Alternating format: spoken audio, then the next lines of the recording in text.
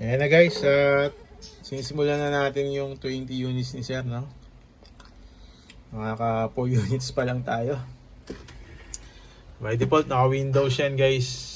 Ayan, at gamit tayo ng mini tool partition wizard. Delete natin yung partition nya.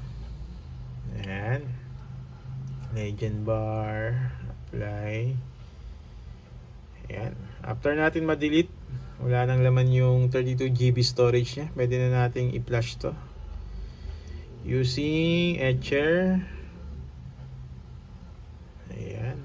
So yung ginagawa po natin guys, flash natin yung mini PC, no? Walang baklasan po yan. Para hindi na tayo mahirapan, hindi natin kailangan kunin yung storage.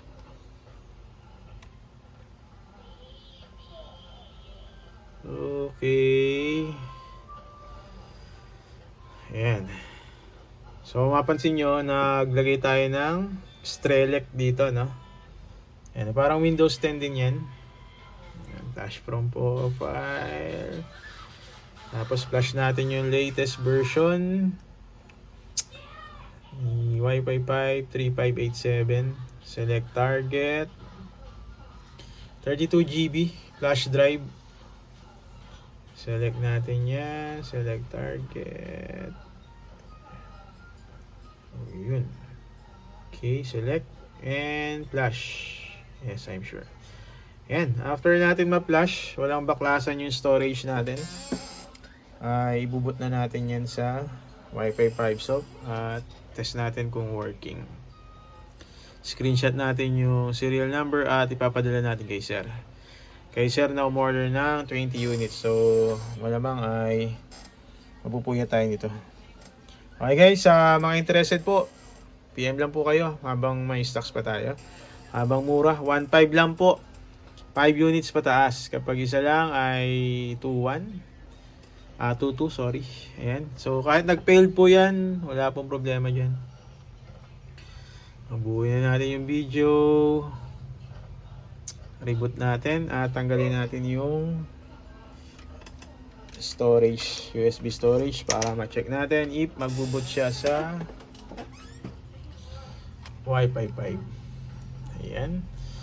Okay. So, i-post natin. Pero as you can see, nagbo-boot na pala. Huwag na natin i-post. Hayaan nyo nang mahaba yung video natin.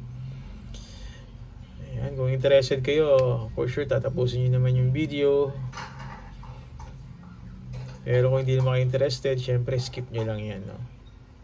So, nag-video tayo para pakita natin yung customer na working talaga yung unit natin. Yan, booting siya. At meron pa tayong isang cellphone dito. Try natin. So, dito guys ay meron tayong palatandaan, no? If nag-boot ng proper yung ating mini PC. Kailangan makita natin yung VLAN 22 and VLAN 13. Ayan guys, as you can see, nakita nyo na yung ETH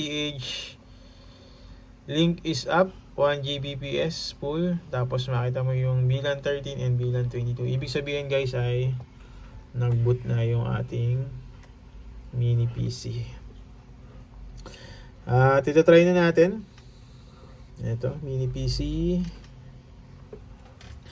Siguro sa YouTube ko na lang i-upload to. Kasi medyo mahaba na, no? 4 minutes na. Ayan. Pasok tayo ng admin. Ganito tayo mag-flash ng mini PC. Try natin mag-gawa ng voucher. Okay. So, dapat ay gigabit. So, gawin natin 200 to guys. Ayan. Nandyan pa ba kayo? Mahaba na yung video natin. No cut. No edit. Generate. Then, copy natin ito. Punta tayo sa user portal. And, paste natin yung voucher. Okay, connected na siya. Siyempre, kailangan natin speed test para makita natin kung gigabit yung ating mini PC. Ayan po, at lumalagpas po siya ng 100. So,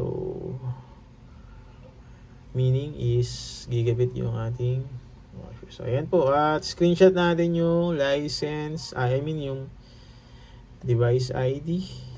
At syempre, mapakita natin lahat kay sir yan. So, 20 units po yung order ni sir. 20 screenshot yung gagawin natin.